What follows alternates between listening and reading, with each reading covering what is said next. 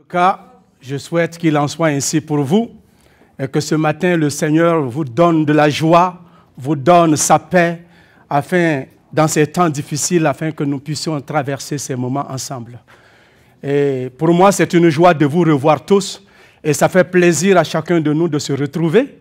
Et depuis quelques mois, on était tous encabanés, confinés chez nous à la maison, n'est-ce pas? Alors, ce matin, j'espère que vous êtes contents d'être là. Et je pense que tous les anciens aussi, y compris, sont contents que nous soyons ici ensemble. Que Dieu soit loué. Merci à l'équipe musicale qui vient de jouer. C'est très gentil, ça nous fait plaisir, ça nous touche nos cœurs afin que nous puissions servir notre Dieu qui nous aime. Ça fait longtemps. Merci pour votre persévérance dans le travail, dimanche après dimanche. Vous avez été là. Même quand on était en ligne, vous avez été là pour nous encourager. Les musiciens, l'équipe pastorale, les gens derrière la console, chacun, d'une manière ou d'une autre, a participé pour que nous puissions nous retrouver encore aujourd'hui ensemble. N'est-ce pas merveilleux? Que Dieu soit loué. On peut dire merci à tous ces frères qui ont donné de leur temps et toutes ces sœurs aussi pour aider. Alors, ce matin, je veux continuer avec l'enseignement que mes frères, les anciens, ou l'équipe pastorale avait commencé il y a quelques mois maintenant. Alors, le thème de ce message dans Matthieu, c'est « Le roi et son royaume ». Le roi et son royaume. Et c'est ce que je vais continuer ce matin sur ce thème. Continuer avec, compléter ce que les autres ont commencé et d'autres viendront après moi pour continuer la suite aussi parce que ce n'est pas le dernier message. Il va en avoir plusieurs et après ce dimanche, il va y avoir un dimanche qui va passer et puis après notre frère Christian va venir qui va continuer avec la suite de ce que je vais enseigner. Alors, ce matin, si nous regardons, j'aimerais que nous lisons notre texte de Matthieu chapitre 6. Matthieu chapitre 6, à partir du verset 1 à 8. Voici ce que le texte nous dit. « Gardez-vous de pratiquer votre justice devant les hommes pour être vus. Autrement, vous n'aurez point de récompense auprès de votre Père qui est dans les cieux. Lors donc tu fais l'aumône, ne sonne pas de la trompette devant toi, comme font les hypocrites dans les synagogues et dans les rues, afin d'être glorifiés par les hommes. Et je vous le dis en vérité, ils ont leur récompense. Mais quand tu fais l'aumône, que ta main gauche ne sache pas ce que fait ta droite, afin que ton aumône se fasse dans le secret. Et ton Père qui voit dans le secret te le rendra. Lorsque donc tu pries, ou lorsque donc vous priez, ne soyez pas comme les hypocrites qui aiment prier debout dans les synagogues et au coin des rues pour être vus des hommes. Je vous le dis en vérité, ils ont leur récompense. Mais quand tu pries, entre dans ta chambre, ferme ta porte et prie ton Père qui est là dans le lieu secret. Et ton Père qui te voit ou qui voit dans le secret te le rendra. En priant, ne multipliez pas de vaines paroles, comme font les païens, et qui s'imaginent qu'à force de paroles, ils seront exaucés. Ne leur ressemblez pas, car votre Père sait de quoi vous avez besoin avant que vous le lui demandiez. Que Dieu bénisse sa parole. Prions. Seigneur notre Dieu, ce matin, nous voudrons placer ce moment entre tes mains. Nous confions cette prédication dans tes mains afin que tu nous diriges. Je ne suis rien et je ne peux rien et nous ne pouvons rien sans toi. Nous avons besoin de toi. Daigne nous diriger ce matin. Seigneur, retiens mes lèvres de ne pas dire ce que je ne dois pas dire et de dire ce que je dois dire. Et utilise-moi comme une trompette sonnante pour ta gloire ce matin et non pour la mienne. Au nom de Jésus-Christ. Amen.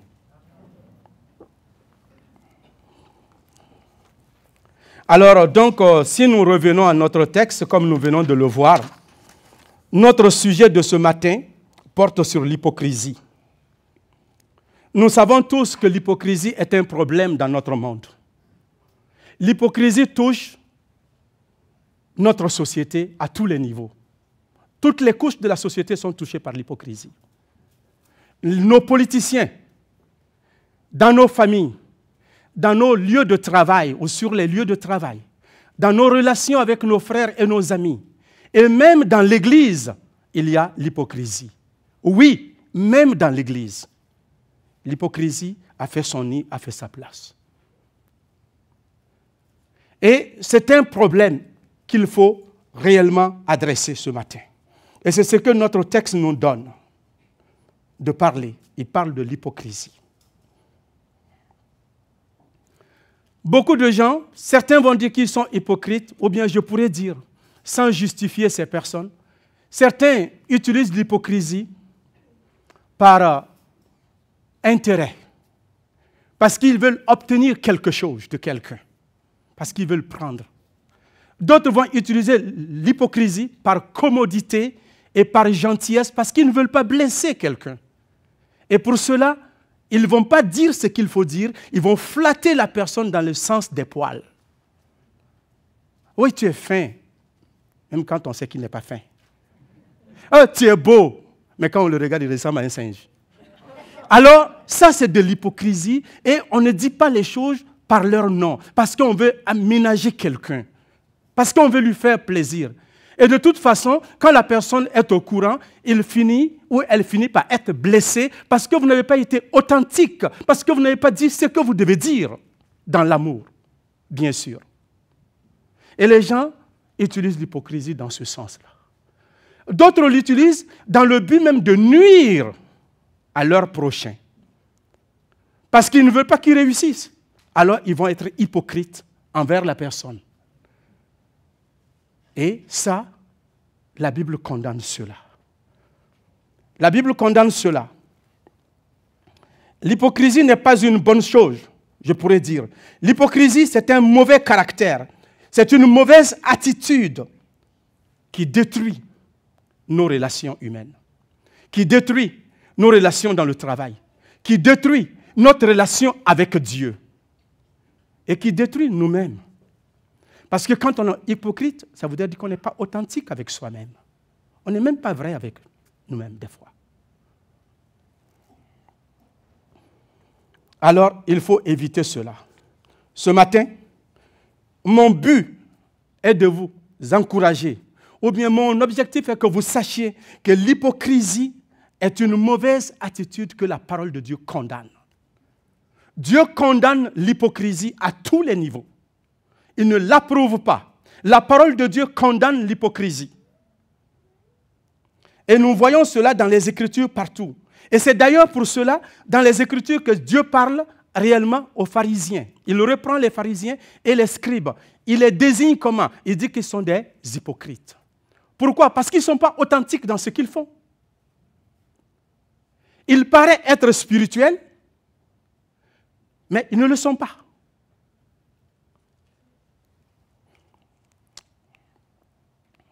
J'ai lu mon texte sans en faire passer. Alors, donc, dans ce contexte ici que je vais vous dire, Jésus parle ici, quand nous regardons, c'est lié à Matthieu chapitre 5, verset 20. Il dit à ses disciples que si votre justice ne dépasse pas celle des scribes et des pharisiens, vous n'entrerez point dans le royaume des cieux. Et dans ce nouveau royaume, il y a une façon de se comporter, il y a une façon de vivre. On ne peut pas vivre comme on le veut. Et c'est pourquoi quand mes prédécesseurs sont passés, ils ont expliqué beaucoup de choses. On a l'impression, dans le chapitre 5, au chapitre 7, qui est le sermon sur la montagne, on a l'impression que Jésus est en train de reprendre tous les 10 commandements de Moïse et il les met en ordre. Il donne la thèse, l'antithèse, la thèse, l'antithèse, jusqu'à la fin. Et ici, il est en train de dire aux disciples, nous passons dans une nouvelle ère. Nous rentrons dans le royaume de Dieu. Et dans ce royaume, il y a des choses qui sont permises et il y a d'autres qui ne sont pas permises. Et ce qui n'est pas permis dans ce royaume-là, c'est l'hypocrisie, parmi tout ce qui a été dit avant moi. Alors, dans mon passage, dans ce texte-là, Jésus va utiliser réellement 3 aspects importants chez les Juifs, dans la croyance juive ou dans la pratique des pharisiens, qui est, premièrement, l'aumône, la prière et le jeûne. Mais ce matin, je vais seulement m'adresser à l'aumône et la prière. Et plus tard, je viendrai sur le jeûne. Jésus va utiliser ces points-là pour essayer d'enseigner ses disciples, qui sont des aspects très importants. Et ces aspects, j'aimerais que vous sachiez ce matin que ces aspects-là, ça ne touche pas la globalité. Ça ne parle pas de la vie, la prière en communauté. Ça ne parle pas de cela. Ça ne parle pas réellement de l'aumône en communauté. Ça ne parle pas du jeûne en communauté. Mais ça, il touche l'aspect individuel, personnel, le face-à-face que j'ai avec Dieu. Les actions que je pose, que personne ne sait. Dans mon intimité avec Dieu, c'est de ça qu'il va parler. Alors, donc, il dit que si leur justice ne dépasse pas celle des pharisiens et des juifs et des scribes, ils ne peuvent pas rentrer dans le royaume des cieux. Et nous savons que les pharisiens, c'était des gens qui travaillaient scrupuleusement sur la loi, ils observaient la loi dans tous ses détails. Mais en réalité, c'était de la façade. C'était faux. Ils faisaient quelque chose pour plaire aux gens. Ils montraient devant tout le monde qu'ils étaient spirituels. Mais à l'intérieur, ce n'était pas ça. Mais on va regarder. Alors, vu qu'on parle de l'hypocrisie, j'aimerais que nous regardions la définition de l'hypocrisie. Qu'est-ce que l'Écriture nous dit par rapport à l'hypocrisie? Un hypocrite, c'est quoi? Un hypocrite, c'est quelqu'un qui a un aspect, qui a une attitude extérieure qui ne correspond pas à ce qu'il pense au fond de lui-même. Il a une attitude extérieure qui ne correspond pas à ce qu'il pense au fond de lui-même. C'est quelqu'un qui cache ses sentiments pour retirer réellement des avantages ou pour nuire à d'autres, comme je l'ai dit tantôt. Il le fait état de qualité de ce qu'il n'a pas. Ce qu'il n'est pas, il laisse croire aux gens qu'il est cela. Et dans le grec, quand nous regardons, le mot même qui veut dire ici, hypocrite, qui veut dire un acteur. Cela voudrait dire un acteur de théâtre. Quelqu'un réellement qui se cache sous un masque et qui joue le rôle de quelqu'un d'autre. C'est un acteur. Et dans la Bible, quand nous regardons dans l'hébreu, ça part jusqu'à dire que ce mot est défini comme hanef. Hanef qui signifie impie, hypocrite, malhonnête. Donc ça voudrait dire que quand je joue l'hypocrisie, je suis malhonnête. Alors est-ce que dans notre société, la malhonnêteté est acceptée? Est-ce qu'on travaille avec des gens malhonnêtes? Non. On veut que tout le monde soit honnête. Donc, un hypocrite, c'est quelqu'un qui est malhonnête, qui essaye de tromper son entourage pour obtenir un profit, qui essaye de tromper même Dieu dans son adoration. Il fait croire à Dieu, j'aime Dieu, je donne ci, je fais ça, mais en réalité, il ne l'aime pas, il le fait pour son propre intérêt. Et l'Écriture nous parle de cela, on va voir. Alors, si exercer, comme j'ai donné mon thème, exerçons la piété sans hypocrisie. Alors, si nous comprenons cela, alors pourquoi nous devons le faire?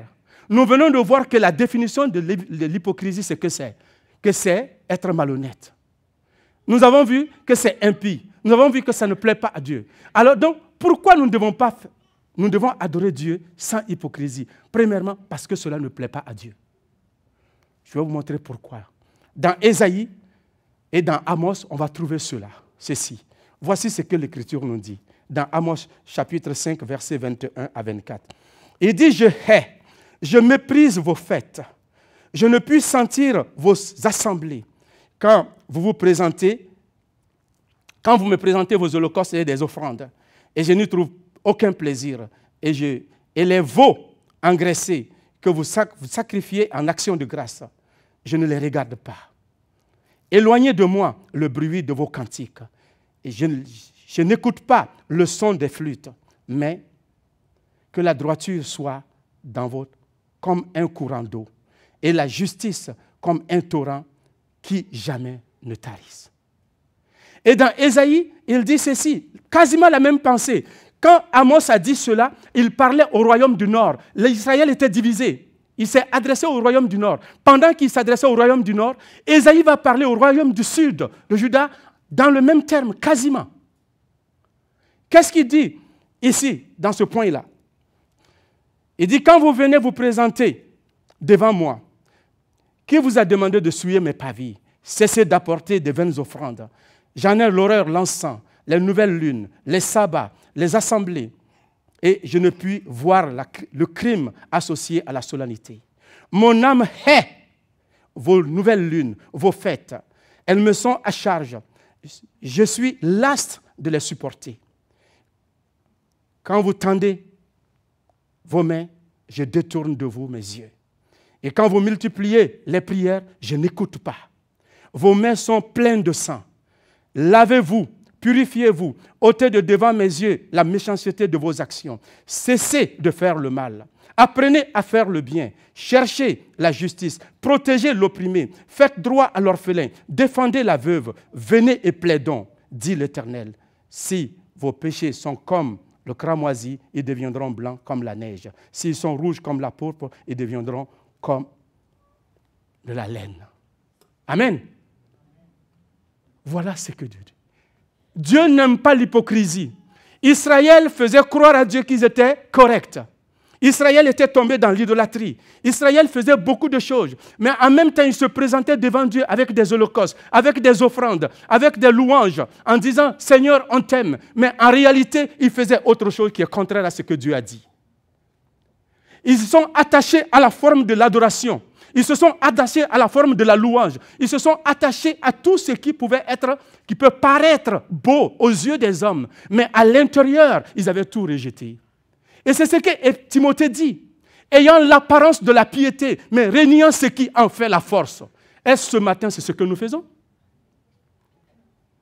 Notre foi est-elle comme ça ce matin? Notre adoration est-elle comme ça ce matin?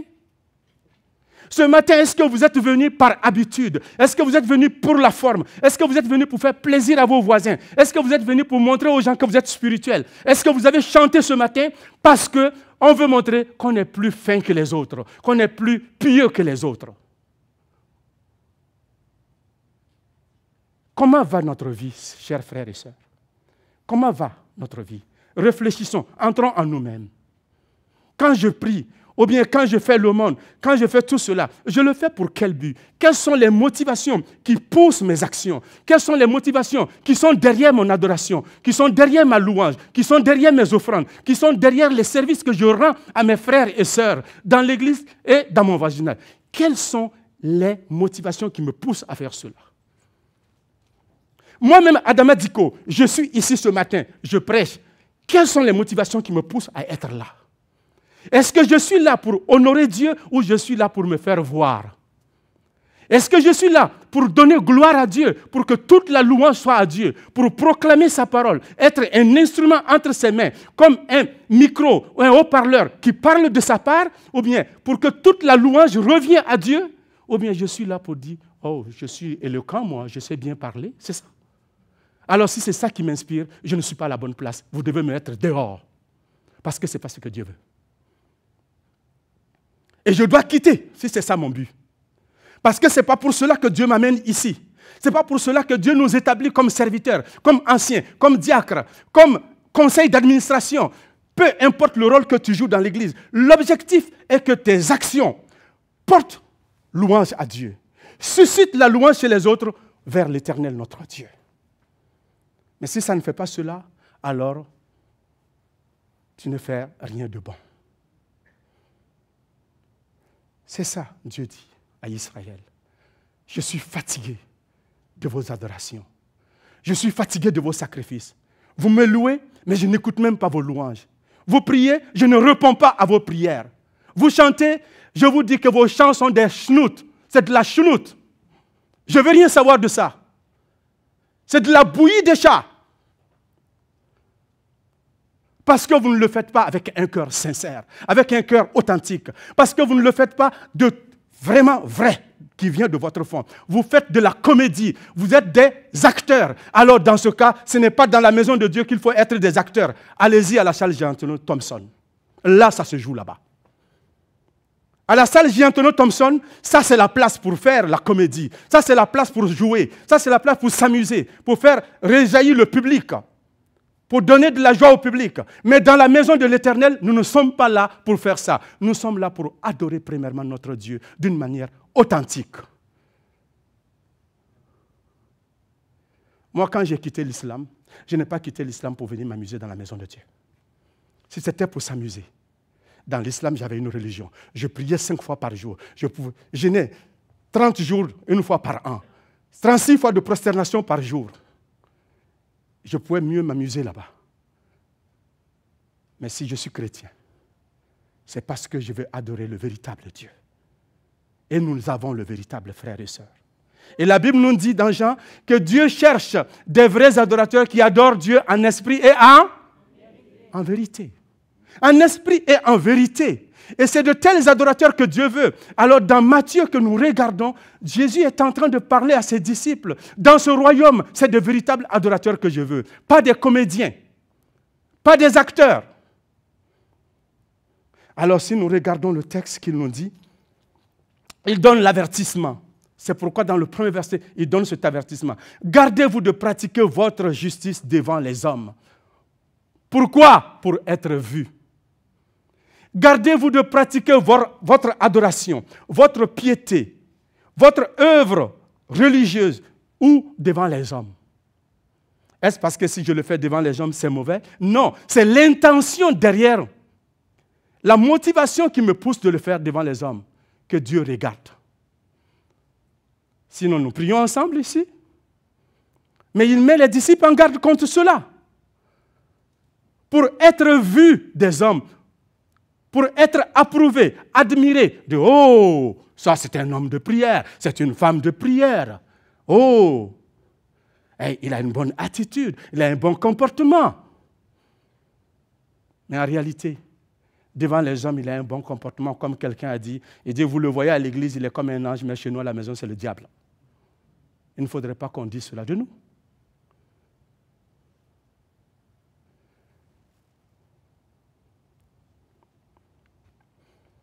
Il dit autrement, vous n'aurez point de récompense.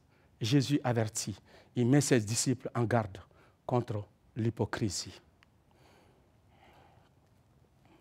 Alors, si on nous met contre l'hypocrisie, on nous met en garde contre l'hypocrisie, et que nous devons exercer notre piété sans hypocrisie, alors est-ce que cela voudrait dire que nous ne pouvons plus prier en public, que nous ne pouvons plus faire quoi que ce soit en public? Je ne peux plus offrir quoi que ce soit en public. Ce n'est pas ça. Parce qu'ici, il va parler de l'aumône. Il prend l'aumône qui est un point important. Je vais toucher ça tantôt. Mais quand nous parlons ici, il dit que votre lumière luise ainsi devant les hommes et qu'ils voient vos bonnes œuvres et qu'ils glorifient Dieu qui est dans les cieux. On a l'impression que ça va en contradiction avec le texte qu'on a regardé tantôt, qu'on a lu. Qui nous dit quoi? Que si nous faisons l'aumône, que nous ne devons pas le faire. Attends, je suis allé trop vite. Qui nous dit que si nous faisons l'aumône, que nous ne devons pas le faire d'une manière publique devant les gens. Alors ici, nous regardons cela, il dit de ne pas faire devant le monde, de faire attention pour ne pas le faire dans le but d'être attiré, glorifié par soi-même. Mais ici, quand nous regardons, il dit que ce verset nous parle qu'on doit faire. On a l'impression qu'il y a deux contradictions. Une contradiction plutôt. Mais ici, il n'y a pas de contradiction. Parce que dans Matthieu chapitre 5, verset 16, il s'agissait des chrétiens, des gens qui étaient paresseux, qui ne voulaient pas, qui cachaient leur foi, qui ne voulaient pas vivre une foi authentique, qui ne vivaient pas comme il fallait. Alors Jésus lui dit, qu'on voit vos bonnes œuvres, posez des bons gestes, qu'on voit et qu'on glorifie Dieu qui est dans les cieux. La différence entre ce texte et l'autre, tu dois agir pour qu'on glorifie Dieu. Ici, les pharisiens n'agissaient pas pour qu'on glorifie Dieu, mais ils agissaient pour qu'on les glorifie eux-mêmes. C'est ça, sinon il n'y a pas de contradiction. Mais maintenant, regardons comment exercer la piété sans hypocrisie. Si dans ce royaume, l'hypocrisie n'est pas permise, comment est-ce que nous pouvons pratiquer la religion? Comment nous pouvons pratiquer notre piété sans hypocrisie? Premièrement, en donnant l'aumône sans hypocrisie. Dans ce passage-là. Alors nous pouvons regarder Matthieu chapitre 6, versets 2 à 4, qu'est-ce qu'il nous dit si je le relis pour nous? Il dit, lorsque tu fais l'aumône, ne sonne pas de la trompette devant toi, comme font les hypocrites dans les synagogues et dans les coins de rue, afin d'être glorifiés par les hommes. Je vous le dis en vérité, ils reçoivent leur récompense. Mais quand tu fais l'aumône, que ta main gauche ne sache pas ce que fait ta droite, afin que ton aumône se fasse dans le secret et que ton Père qui voit dans le secret te le rendra. Alors voilà, si tu fais l'aumône, exercer la piété sans hypocrisie, c'est donner l'aumône sans hypocrisie dans ce contexte. Mais nous pourrons l'étendre aussi sur d'autres aspects. Faire tout ce que tu fais. L'aumône ici, c'est quoi? L'aumône, selon la Bible, quand nous regardons, l'aumône est un acte de bienfaisance, un commandement de Dieu. Je pourrais dire une charité légale. N'oubliez pas qu'en Israël, beaucoup de gens étaient pauvres, les gens avaient besoin d'être soutenus et on donnait des soutiens pour les aider. Et c'était fait pour cela. Et le verset qui nous dit ici, Deutéronome 15, verset 7 à 11, il dit, « Il y aura toujours des indigents dans le pays. C'est pourquoi je te donne ce commandement. Tu ouvriras ta main à ton frère, aux pauvres, aux indigents dans le pays, ou dans ton pays. » Il y aura toujours des gens qui seront pauvres au milieu de vous. C'est pourquoi je te donne ce commandement. Donc, donner de l'aumône, ce n'est pas une option en Israël. Ce n'était pas une option, c'était un devoir. Et chaque chrétien et chaque croyant était appelé, chaque juif était appelé de faire l'aumône. Il devait donner pour pouvoir prendre soin des veuves, des orphelins et des pauvres, et aussi des étrangers, mais aussi des Lévites qui n'avaient pas reçu d'héritage en Israël, dont leur soutien provenait du peuple. Donc, on devait donner le soutien par là. Alors, c'était un devoir. Alors, si je fais mon devoir, je n'ai pas à le faire d'une manière bruyante. C'est ce que Jésus est en train de dire aux Juifs et à ses disciples. C'est un devoir normal, tu le fais pour honorer Dieu. Donc, on regarde encore. Il dit, l'aumône est un hommage de reconnaissance rendu à Dieu dans la personne de l'indigent. C'est un sacrifice auquel il prend plaisir. Dans Hébreu, on va voir tout de suite. Mais il faut pour cela que celui qui donne de bon cœur et réellement pour Dieu. De bon cœur, mais réellement pour Dieu.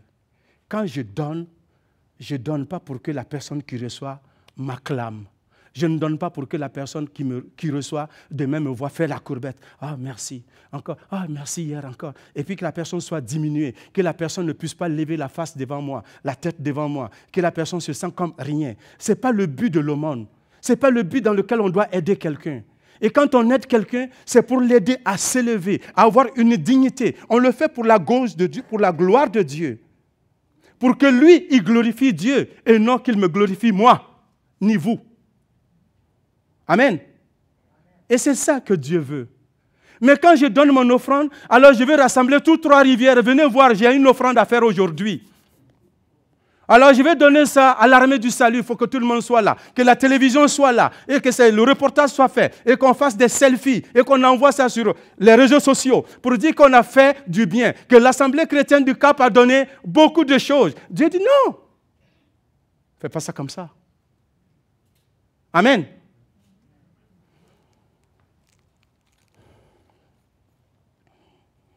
Toujours exerçons la piété sans hypocrisie en donnant l'aumône.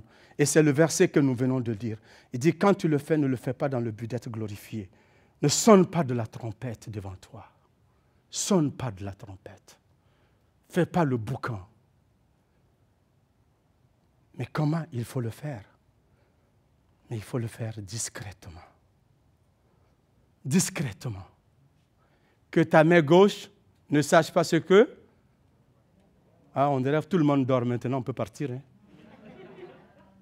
Que ta main gauche ne sache pas ce que fait ta droite. Qu'est-ce que cela voudrait dire? Cela voudrait dire que quand je fais du bien, je dois le faire d'une manière discrète. La discrétion dans le don que je fais. Que la personne la plus proche de moi, mon voisin qui peut être proche de moi, ne doit même pas savoir que ce que j'ai fait. Que ma main droite ne sache pas ce que la gauche, et la gauche ne sache pas ce que la main droite a fait. Tellement discret que mon cœur lui-même ne peut pas s'enorgueillir de cela. Parce que je ne le fais pas pour moi, je le fais pour Dieu.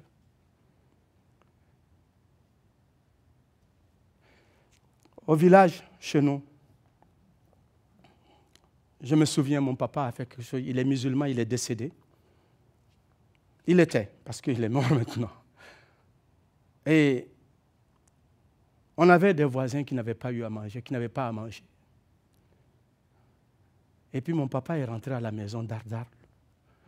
Il y avait un sac de riz qui était resté, c'était à moitié.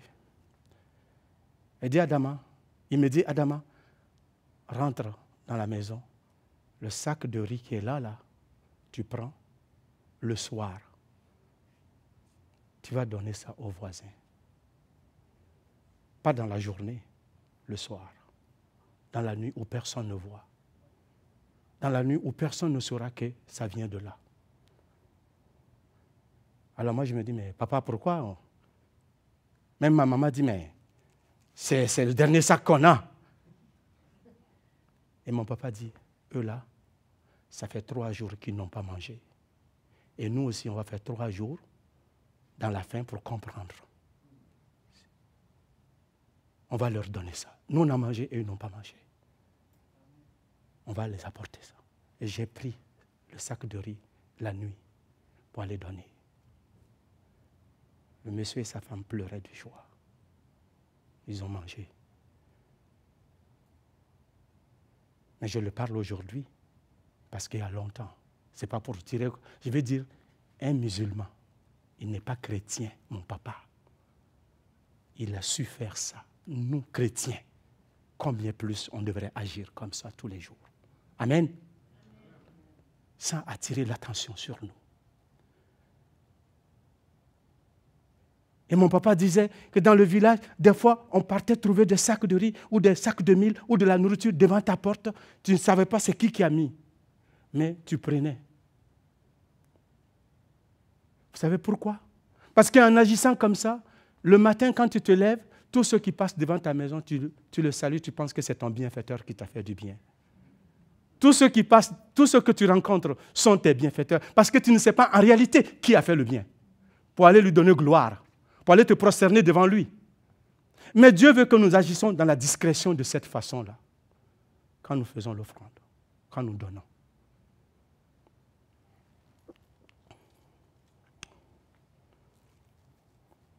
Cela ne doit pas nous empêcher non plus de donner parce que dans la parole de Dieu, il y a des endroits où Jésus a fait des affaires en public. Vous êtes d'accord? Il a guéri des malades en public. Il a nourri 5000 personnes en public. N'est-ce pas? Il a fait ressusciter des morts en public et d'autres en privé. Mais il ne faisait pas tout cela pour attirer la gloire à lui-même. Et même s'il le faisait pour cela, c'est normal parce qu'il est Dieu. Mais il le faisait pour son Père. Et les gens glorifiaient Dieu. Il y a des aspects de notre vie qui doivent être en public, qui est en public, et qui est nécessaire d'être en public pour que Dieu reçoive la louange. Mais pas nous. C'est pourquoi il dit que votre lumière brille dans les ténèbres afin qu'il voie vos bonnes œuvres et qu'il glorifie votre Père céleste qui est dans les cieux. Ça, c'est cet aspect-là. Mais l'autre aspect qui est aspect individuel, personnel, je dois le faire dans l'intimité, dans mon intimité avec Dieu, dans le secret avec Dieu, pour que la gloire aussi soit donnée à Dieu de la même manière. Alors donc, il va aller sur la prière. Premièrement, comment nous pouvons exercer la piété sans hypocrisie? Un, c'est de donner sans hypocrisie. Et comment? Discrètement. Ça va? Deuxièmement, comment nous pouvons adorer ou exercer notre piété sans hypocrisie? C'est de prier sans hypocrisie. Alors vous allez me dire, mais c'est quoi prier sans hypocrisie? Nous on prie, on est franc, on est sincère. Mais c'est quoi la prière pour vous? Si on vous demandait qu'est-ce que la prière? La prière, c'est parler avec Dieu. La prière, c'est avoir un dialogue avec Dieu. Et cela se fait en public, mais ça se fait aussi dans l'intimité personnelle.